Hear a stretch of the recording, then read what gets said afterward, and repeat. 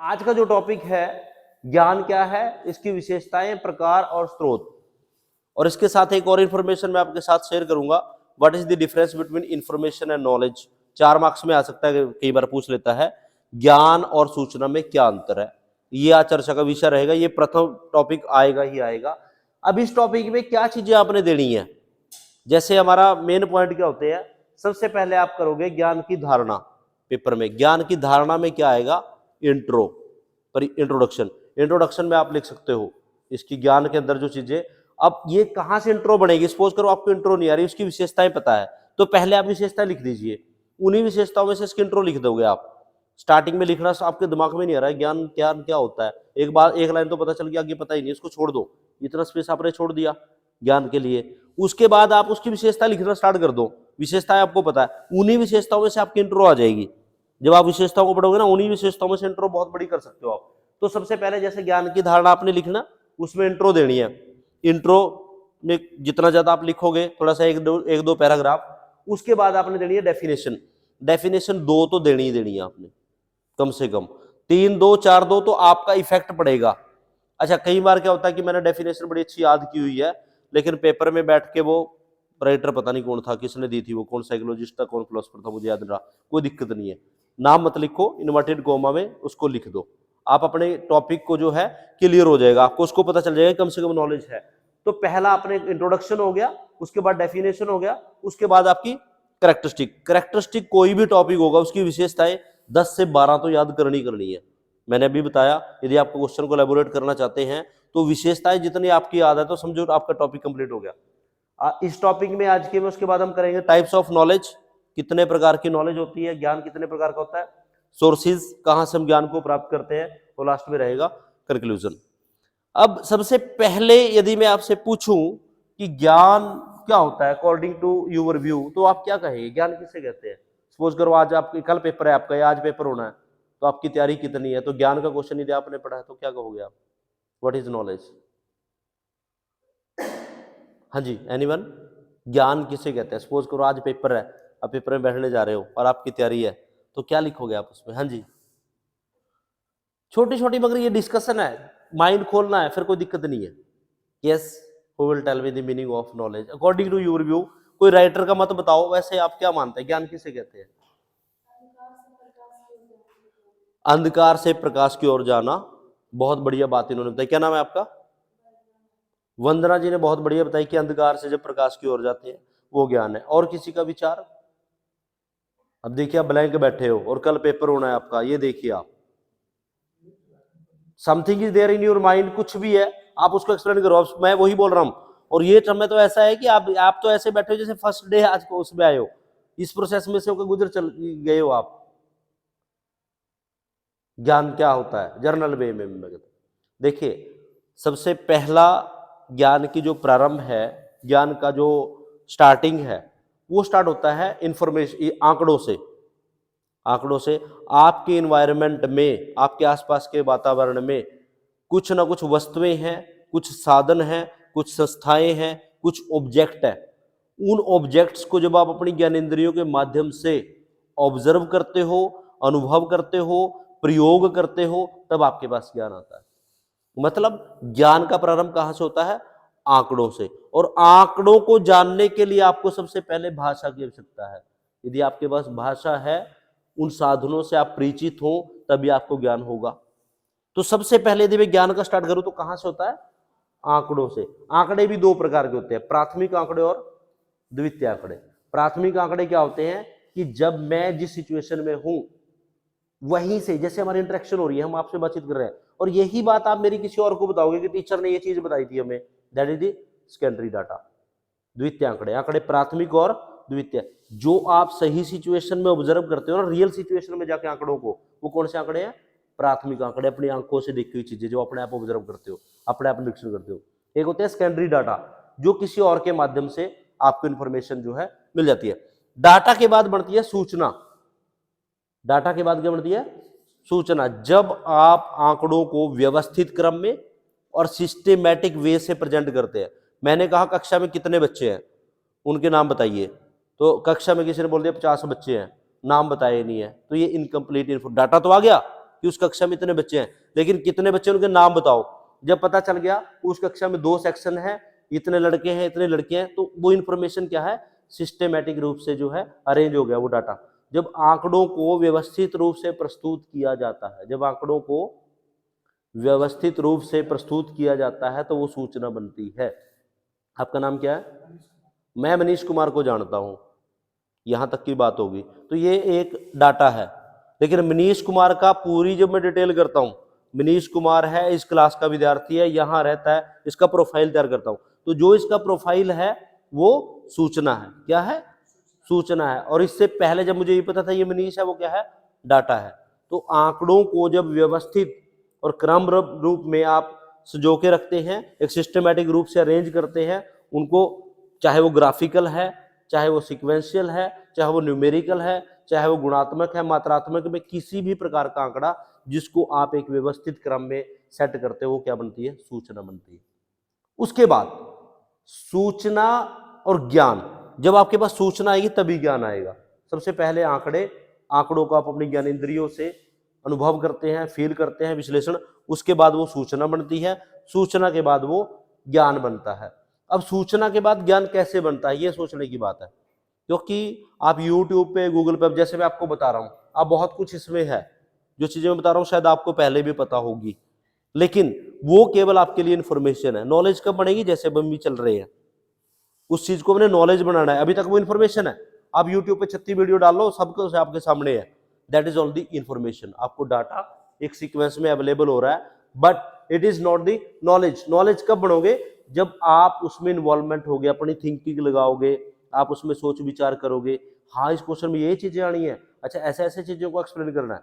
तो इंफॉर्मेशन के साथ, सूचना के साथ जब आपके एक्सपीरियंस जुड़ जाते हैं, आपकी स्किल जुड़ जाती है, आपकी कॉग्निटिव एबिलिटीज जुड़ जाती है, तर्क जुड़ जाता है, सच्चाई जुड़ जाती है, इन सभी चीजों को जब आप सूचना के साथ इन्वॉल्व कर देते हैं, तब वो क्या बनता है? नॉलेज बनती है। समझ में?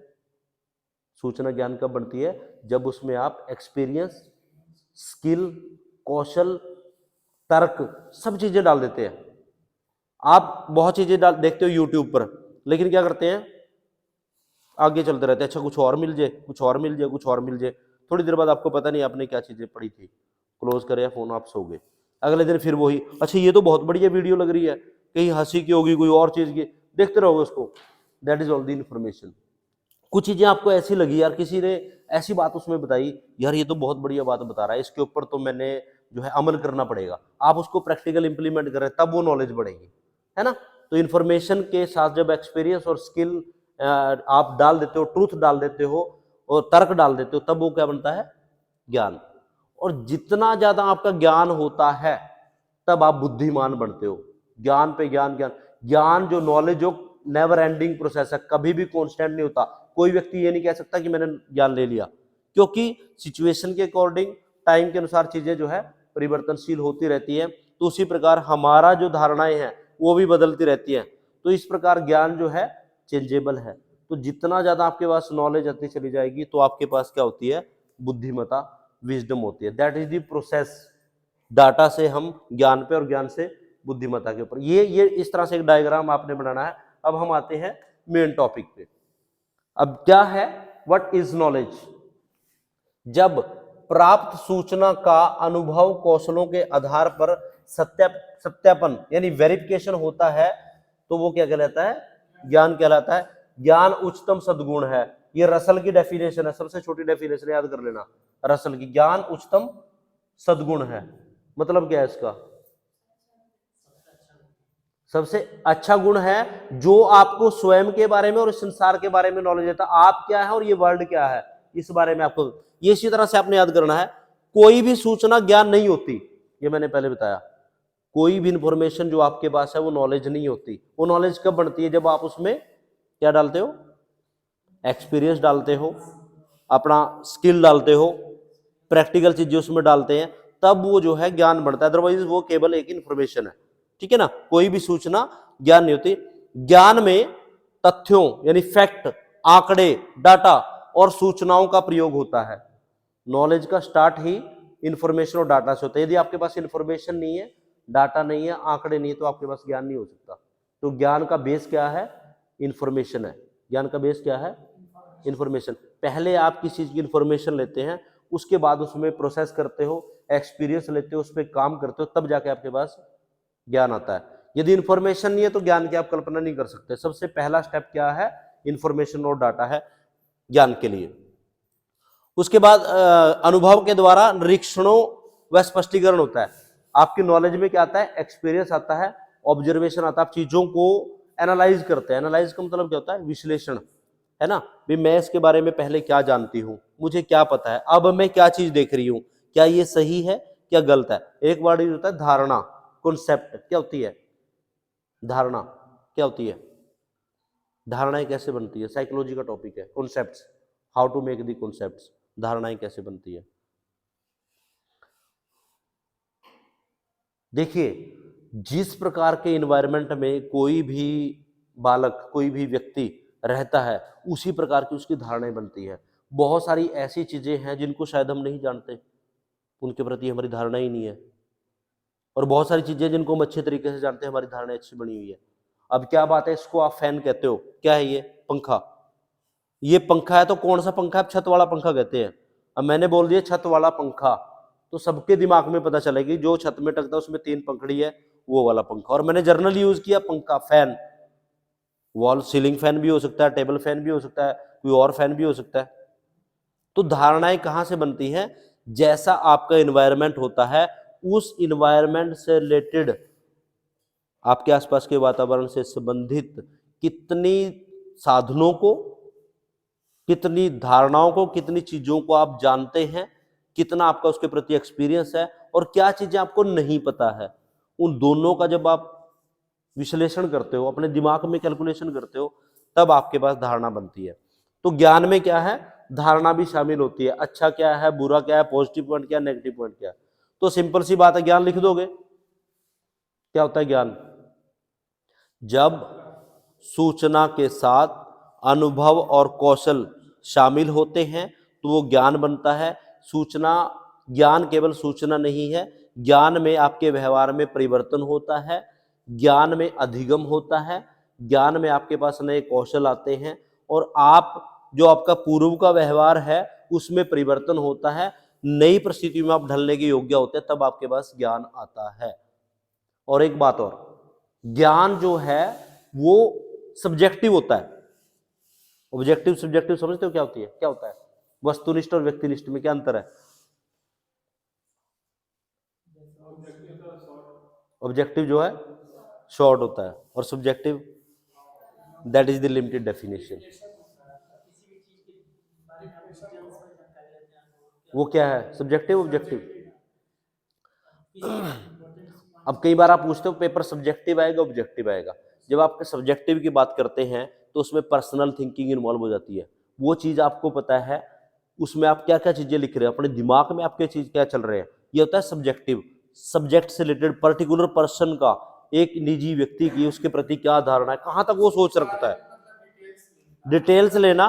और वो डिटेल सही है नहीं है हमें नहीं पता, वो उसका पर्सनल विचार है। अब बहुत सारे सत्संग करते हैं या कुछ व्यक्ति करते हैं, वो अपने पर्सनल अनुभव आपको बताते हैं। अब वो सही है या नहीं हमें नहीं पता, लेकिन यदि वो सही है और आपने उसको वेरीफाई किया, अब न्यूटन का लॉ है या गुरुत्वाकर्षण का बल है, मैं कोई वस्तु ऊपर फेंकता हूं वो नीचे आ जाती है, ठीक है ना। ये क्या है? ऑब्जेक्टिव है। आपने वेरीफाई किया, सेम रिजल्ट आया, आपने मान लिया, लेकिन उसमें पक्षपातता पाई जा सकती है। सब्जेक्टिविटी में जो है पक्षपात, हर व्यक्ति का अपना विचार है। मैं आपको बता रहा हूं, हो सकता है अपने पास से बातें बता रहा हूं, वो ठीक है गलत है, जब वेरीफाई होगी तब पता चलेगा। तो ज्ञान क्या है? जब प्राप्त सूचना का अनुभव कौशलों के आधार पर सत्यापन या वेरिफिकेशन की जाती है। ज्ञान उच्चतम सद्गुण है। कोई भी सूचना ज्ञान नहीं होती। ज्ञान में तथ्यों, आंकड़ों और सूचनाओं का प्रयोग अनुभव के द्वारा निरीक्षण में स्पष्टीकरण होता है। समझ में आ गया? उसके बाद एक डेफिनेशन है, ज्ञान मानव मस्तिष्क का प्रबुद्ध, मानव मस्तिष्क को प्रबुद्ध करता है या प्रकाशित करता है। ये चीज वर्ड यूज कर सकते हैं, प्रबुद्ध उसने प्रॉपर लिखा है, उज्जवल करता है, प्रकाशित करता है। रसल ने कहा है ज्ञान मानव मस्तिष्क को प्रबुद्ध या उज्जवल करता है। ये वीडियो आपको अवेलेबल भी हो जाएगी। इसका क्या मतलब है? रसल ने बताया है कि जो नॉलेज है उससे हमारी जो माइंड की जो पावर है, थिंकिंग जो पावर है, उसका विस्तार होता है। कई बार हम जो है छोटी छोटी धारणाएं बना लेते हैं और वहीं तक अपना जीवन ऐसे व्यतीत कर देते हैं। बहुत सारी इस इन्वायरमेंट में बहुत सारी ऐसी चीजें हैं जहां तक हम पहुंचना चाहते हैं लेकिन पहुंच नहीं पाते। क्यों? क्योंकि हमने एक सेफ जोन बनाया हुआ है, हमारे माइंड ने एक क्राइटेरिया बनाया हुआ है, बस यहाँ तक चल जाए तो बात खत्म है। तो ज्ञान जब आपके पास आता है तो आप जो है एक बड़े लेवल पे सोचते हैं, आपको पता चलता है यार ये भी चीजें हैं, है ना। आप पूरे वर्ल्ड को और स्वयं को जांचने की क्षमता रखते हैं। रसल की ऐसे डेफिनेशन याद रखनी है।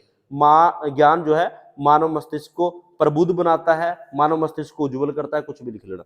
दूसरी डेफिनेशन विलियम जेम्स, व्यवहारिक प्राप्ति एवं सफलता का दूसरा नाम ज्ञान है। व्यवहारिक प्राप्ति मतलब आपके व्यवहार में चेंज होता है और आपके पास जब कोई अचीवमेंट आती है वो नॉलेज है। तीसरा सुकरात, ज्ञान उच्चतम सद्गुण है, हाईएस्ट वर्चू है, सबसे उच्च जो गुण है। यदि व्यक्ति की बात करें कि हमारे व्यक्तित्व का सबसे मेन जो ट्रेड है, सबसे मेन गुण क्या है? ज्ञान उच्चतम सद्गुण है।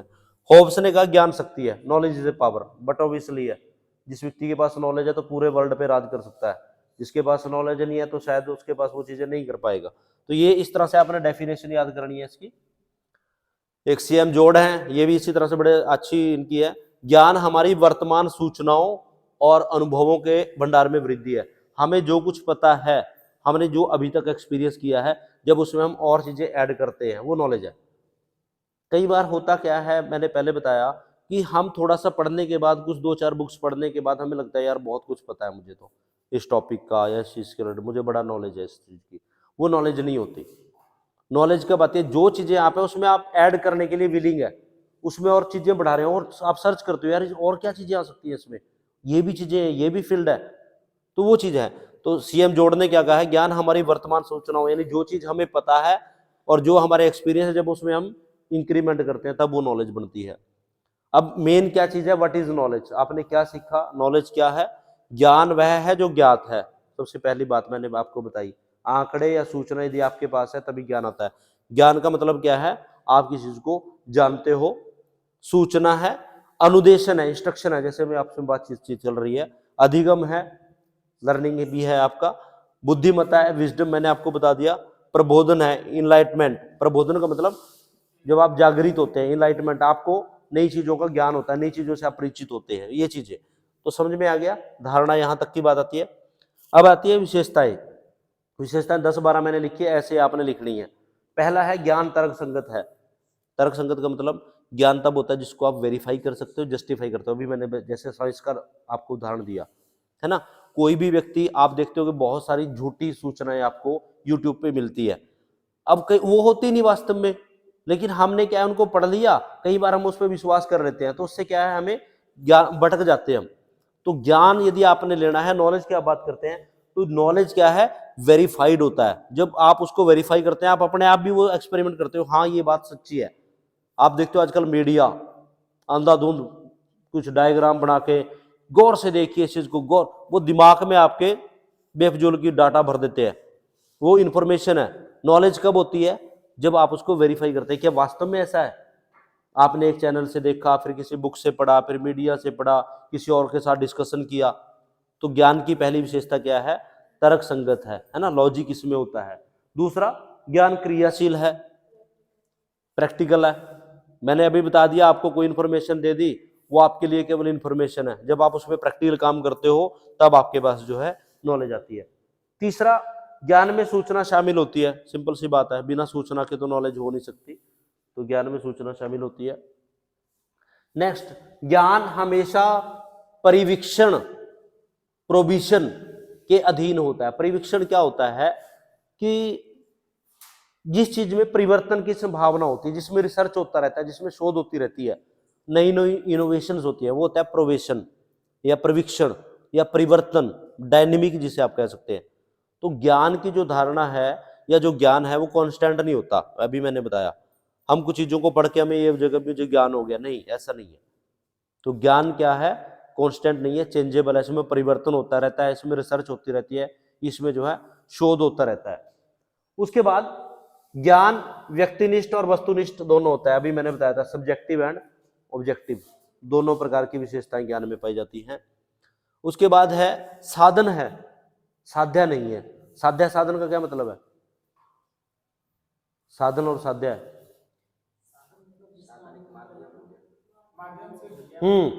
हाँ, ये जो है कोई प्रोडक्ट नहीं है, कोई लक्ष्य नहीं भी वहां मैं पहुंच गया और मैंने ज्ञान प्राप्त कर लिया। ये तो एक साधन है जिसपे अपने चलना ही चलना है। ये एक प्रक्रिया है, प्रोसेस है, ठीक है ना। कोई आपकी मंजिल नहीं है, साधन है, ये एक रास्ता है। जितना ज्यादा अर्जित करते जाओगे उतना कम है। नेवर एंडिंग प्रोसेस है, कभी समाप्त नहीं होने वाली प्रक्रिया है नॉलेज। प्रमाणित करने योग्य है, वेरीफाइड, ये मैंने आपको बता दिया। भाषा ज्ञान की अभिव्यक्ति का माध्यम है। नॉलेज यदि आप एक्सप्रेस करोगे, कोई व्यक्ति को कैसे जानेगा? या तो आप बातचीत करोगे या अपने प्रदर्शन करोगे, कुछ ना कुछ आप किसी व्यक्ति के सामने अपनी प्रस्तुतिकरण दोगे, तभी तो पता चलेगा आपको नॉलेज है। चाहे वो सत्संग है, चाहे वो क्लासरूम का लेक्चर है, चाहे वो आप पेपर प्रेजेंटेशन की बात कर रहे हैं, चाहे भाषा की। जब आप अपनी अभिव्यक्ति दोगे तभी पता चलेगा कि आपको ज्ञान है या नहीं है। तो ज्ञान की अभिव्यक्ति किस माध्यम से होती है? भाषा के माध्यम से। उसके बाद है ज्ञान का आधार क्या है? ज्ञान का आधार शब्द है, पद है, धारणा है, जिसकी मैंने अभी बताई कॉन्सेप्ट। कॉन्सेप्ट है, शब्द है और पद है, स्टेप्स है। यहां से स्टार्ट होता है। सबसे पहला जो प्रारंभ हमारा होता है सीखने की प्रक्रिया है, जैसे वर्ण व्यवस्था है। अभी मैंने आपको बताया आप वस्तुओं को कैसे जानते हैं। शायद आप यहां पैदा ना होते, आप किसी फॉरेन कंट्री में पैदा होते या फिर साउथ अफ्रीका में पैदा होते, तो शायद आप इन चीजों को या इस प्रकार के एनवायरनमेंट से परिचित नहीं होते, है ना। आपको क्या पता था भी कहाँ क्या चीजें हैं और वहां क्या हो रहा है हमें नहीं पता। वहां वाले किसी बच्चे को यहाँ ले आओ, उसको बड़ा ऑर्डर लगेगा, वो समझ ही नहीं पाता। हम कहीं फॉरेन चले गए, हमें वहां की भाषा नहीं आती, तो कैसा लगता है? बड़ा अजीब सा लगता है, यार मैं तो यहाँ रह ही नहीं पाता। आप उसको कुछ कह रहे हैं, वो कुछ समझ रहे हैं, आपको अपने आप से मतलब वो लगता है भी मैं यहाँ कंफर्ट नहीं हूँ। तो ज्ञान प्राप्त करने के लिए क्या है? भाषा। और ज्ञान का आधार क्या है? शब्द से प्रारंभ होता है। शब्द बनेंगे, पद बनेंगे, आपके स्टेप्स बनेंगे, उसके बाद आपकी धारणाएं बनेंगी। ये जरूरी है, इसके बिना आपके पास जो है ज्ञान नहीं आ सकता। नेक्स्ट विशेषता है ज्ञान की संरचना तथ्यों और मूल्यों पर आधारित होती है। ज्ञान की संरचना, कंस्ट्रक्शन ऑफ नॉलेज, मैं ज्ञान को कैसे अर्जित करता हूं, वो डिपेंड करता है कि फैक्ट क्या है, कितने उसमें सच्चाई है। जो चीज मैं देख रहा हूं ना, जो चीज मुझे मिल रही है, वो कितनी सच्ची है और उसको मैं कितना अपने बिहेवियर में लेके आ रहा हूं। दो चीजें। क्या बताया मैंने? ज्ञान किस चीज पे डिपेंड करता है? फैक्ट पे और वैल्यूज पे। फैक्ट पे और वैल्यू पे दो चीजें होती है, एक होता है जानना और एक होता है मानना। क्या होता है? जानना और मानना। जानने पे आते हो तो बहुत चीजें जान पाओगे और मानने पे आओगे तो कुछ नहीं जान पाओगे। एक आपके पास वर्ड यूज होता है इंट्रोस्पेक्शन, जिसे आप कहते हैं प्रतिपादन। क्या कहते हैं? प्रतिपादन। हमारी जो टीचिंग है उसका बड़ा हाई लेवल होता है। आप जो है किसी व्यक्ति को अपना अनुयायी मानते हो, है ना। अनुयायी मतलब किसी को आप गुरु मानते हो, किसी को बड़ा मानते हो, उसको फॉलो करते हो। अब उसको फॉलो क्यों करते हो आप? किसी को भी फॉलो क्यों करते हो आप? उसकी अच्छाई देख के। वो भी एक प्रकार की टीचिंग है। मैं आपको कुछ बता रहा हूं, एक हाई लेवल की जो टीचिंग है, जिस टीचिंग में आपके वैल्यूज और बिलीफ दोनों का निर्माण होता है, वो जो हाई लेवल की टीचिंग होती है उसे कहते हैं प्रतिपादन, इंट्रोस्पेक्शन, जिसका सीधा माइंड से कनेक्शन होता है। आत्म सात करना, वो जो चीजें कह रहा है उसका आपको लगता है बिल्कुल सच्ची है, वो सच्ची है या नहीं है वहां तक आप जाते ही नहीं हो, है ना। तो मैंने क्या कहा? ज्ञान का निर्माण कैसे होता है? फैक्ट के द्वारा और वैल्यूज के द्वारा। वो जो सूचना आपके पास आ रही है उसमें कितनी सच्चाई है और उस सच्चाई का आपसे क्या संबंध है, उसको आप अपने बिहेवियर में लेके आना चाहते हो या नहीं चाहते हो सकता है वो चीज सच्ची है, फैक्ट आपको मिल गया, लेकिन आप व्यवहार में उसको लेके आ रहे हो या नहीं लेके आ रहे हो, ये डिपेंड करेगा। जब आप दोनों चीजें लेके आओगे, सच्चाई को भी और उसके ऊपर काम भी करोगे, अपने व्यवहार में भी लेके आओगे, तब जाके क्या है वो नॉलेज बनेगी। तो ये हो गया। उसके बाद ज्ञान में अधिगम होता है, तो सिंपल है, जब आपकी नॉलेज बढ़ती है तो लर्निंग तो होगी ही होगी। आप जो प्रीवियस बिहेवियर है उसको बदलने की क्षमता रखते हो, नई चीजें आपके व्यवहार में आएंगी, तब आपके पास ज्ञान आएगा। समझ में आ गया? ज्ञान की धारणा और ज्ञान की विशेषताएं एज इट इज ये वीडियो जाएगी, इसको पॉइंट में लिख लेना है, पेपर में सीधे ही ठोक देनी है जाके विद डायग्राम बना के।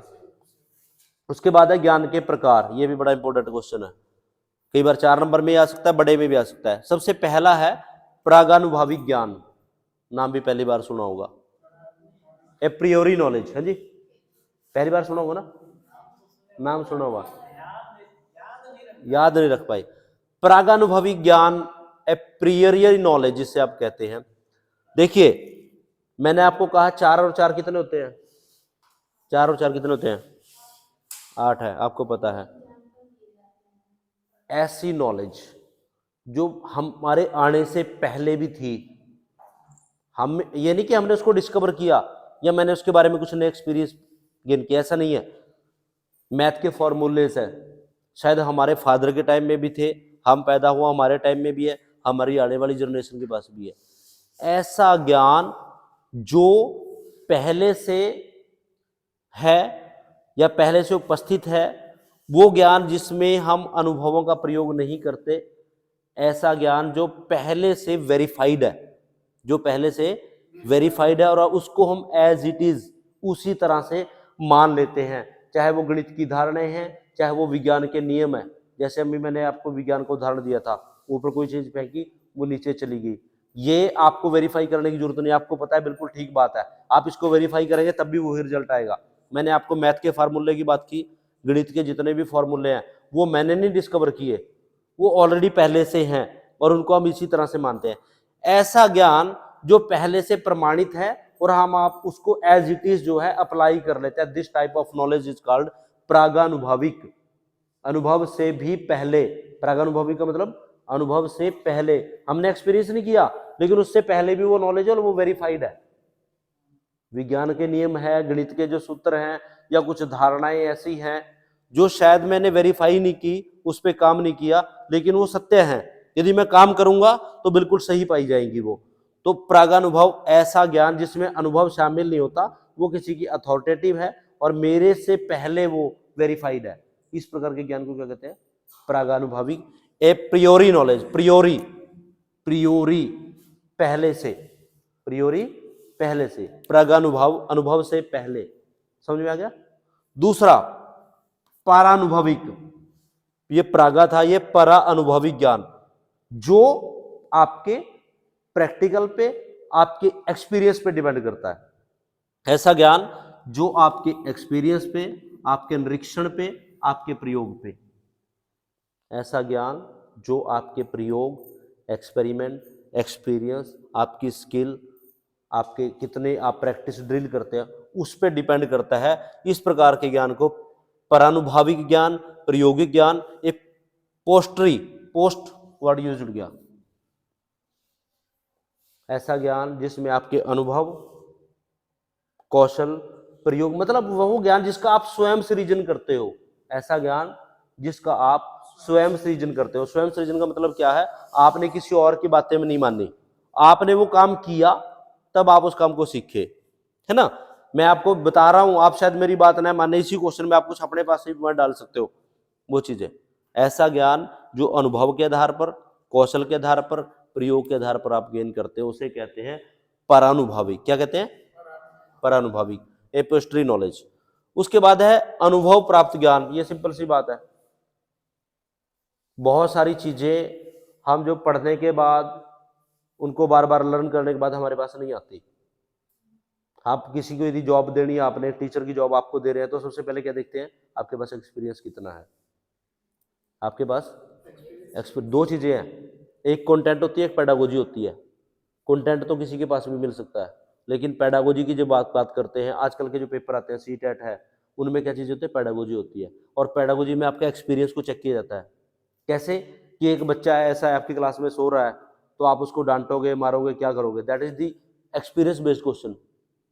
जो तो वैसा कंटेंट वाला पढ़ा लिखा होगा उसको खड़ा करके क्लास से बाहर कर देंगे, जो अनुभवी होगा वो उसका उसी तरह से आंसर देगा। वो कहेगा नहीं, उस बच्चे को मैं पहले पूछूंगा, बेटा आप क्यों सो रहे हो, ऐसी क्या रीजन है, आप इस प्रकार की क्यों एक्टिविटी कर रहे हो, फिर उसको सोल्यूशन उसी प्रकार से देगा। तो ये चीज है, ऐसी नॉलेज, ऐसा ज्ञान जो आपको एक्सपीरियंस के बाद जो आप गेन करते हो, वो सिंपल सी बात है, उस प्रकार कहते हैं। एक है इंडियन विचारधारा के अनुसार दो प्रकार का ज्ञान होता है, एक होती है पराविद्या और एक होती है अपराविद्या।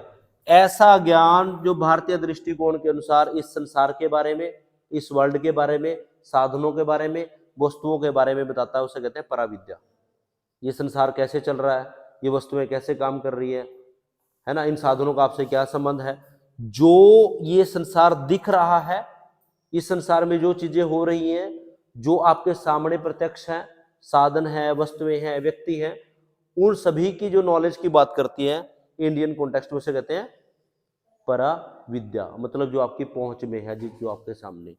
दूसरी है अपरा विद्या, ऐसा ज्ञान, ऐसी विद्या, ऐसी नॉलेज जो जर्नल नहीं होती, जिसको स्पिरिचुअल, अध्यात्मवाद, एकाग्रता, आत्मा परमात्मा, उन चीजों की ओर जो ध्यान देता है उसे कहते हैं अपरा विद्या, जो हर एक व्यक्ति की पहुंच में नहीं होती, जो हर एक व्यक्ति की पहुंच में, जिसके लिए मेडिटेशन करनी पड़ती है, एकाग्रता करनी पड़ती है, ध्यान लगाना पड़ता है, समाधि लगानी पड़ती है।